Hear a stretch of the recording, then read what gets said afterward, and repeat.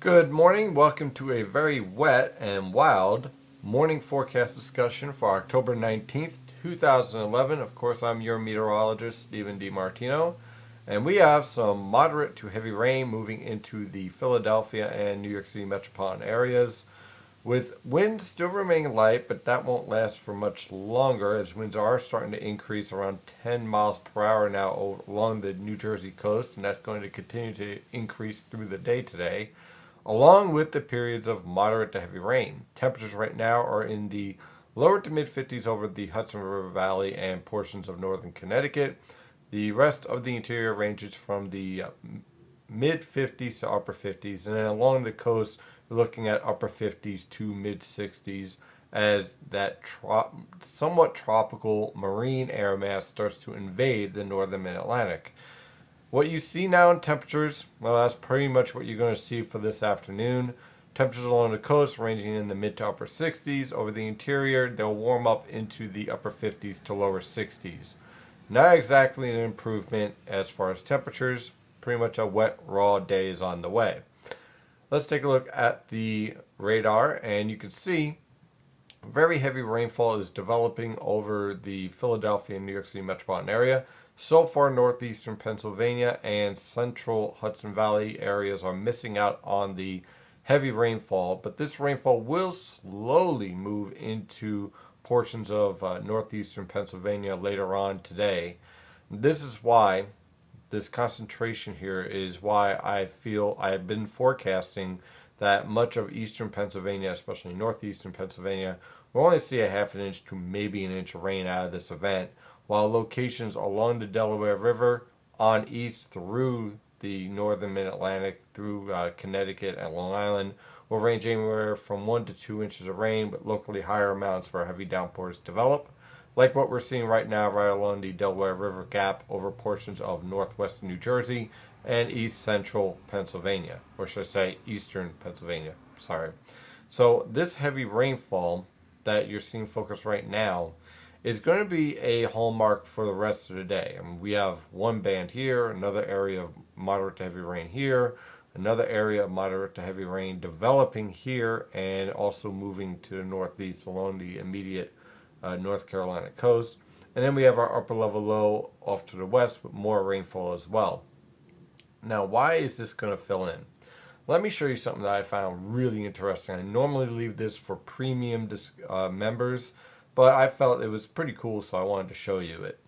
This is the moisture transport. You can find this free, completely free at spc.noaa.gov under the mesoscale analysis maps. And what this is showing is the strength of the mid-level jet stream at 850 millibars. We call it a low-level jet stream comparative to other jet streaks that you see in the atmosphere. And what it's showing you is the strength of that jet streak transporting deep moisture into the northern mid-Atlantic. And you can see this jet streak and this strong moisture transport is developing right along the coast. And this is why, right here, this is why we're going to see moderate to heavy rain through this afternoon, on and off, but clearly when it's on, it's going to be very much on, from basically the Delaware River on east through Connecticut, capable of producing this 1 to 2 inch rainfall potential.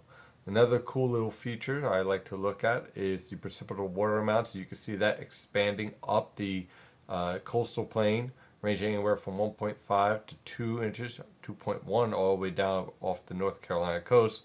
And all of this precipitation potential is going to move north through the day today because of that low-level jet I was showing. So as you can see, it's going to be a very wet day today. Another moderate to heavy rainfall event for the northern mid-Atlantic. As far as the overall development of this storm, we have several areas of low pressure set up throughout the east coast here, and what we're going to see is this low pressure here is going to drive to the northeast towards Virginia by this afternoon. That's going to increase the pressure gradient, and that's going to lead to windy conditions anywhere from 10 to 20 miles per hour with gusts up to 45 miles per hour. I would not be surprised if a few locations along the immediate coast see sustained winds close to 30 miles per hour. However, I don't think that's going to be a widespread event. Meanwhile, This low pressure system associated with this upper level low is going to gradually become the dominant low pressure system. This low pressure system will start to phase out over Virginia.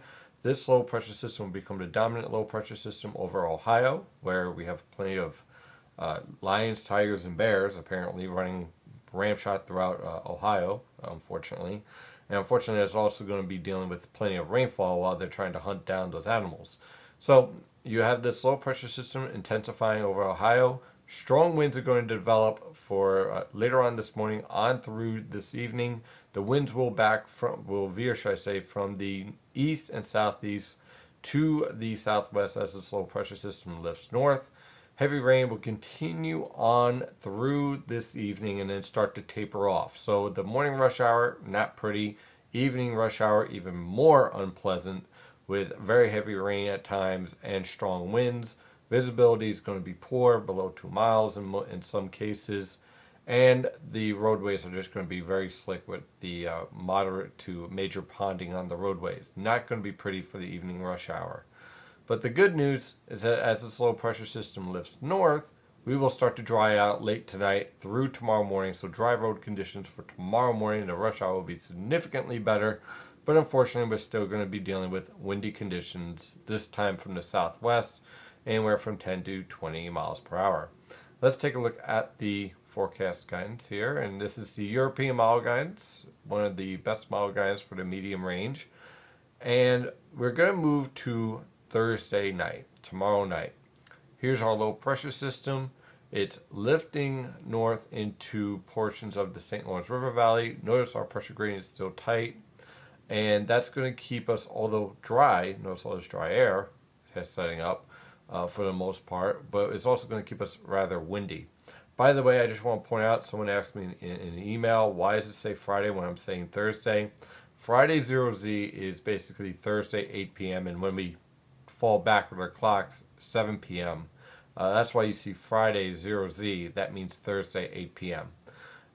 Just wanted to answer that question for you in that email. Anyway, high pressure is going to take control through this weekend, providing excellent weather conditions for this weekend.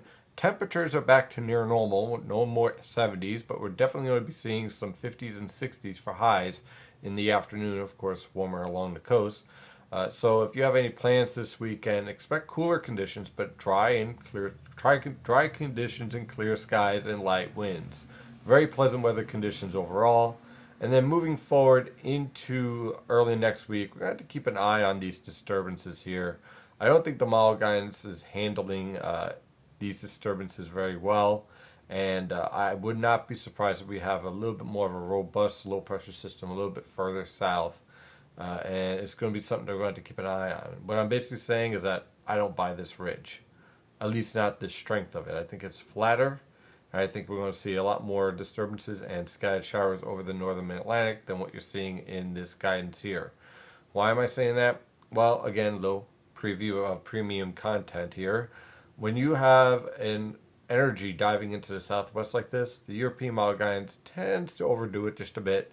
And that leads to over enhancement of the disturbance here and a stronger ridge over the east, when in reality it's probably more progressive and this ridge is significantly knocked down, if not present at all, because this would match up with this, which would lead to this ridge building and then dropping south, rather than this ridge building here.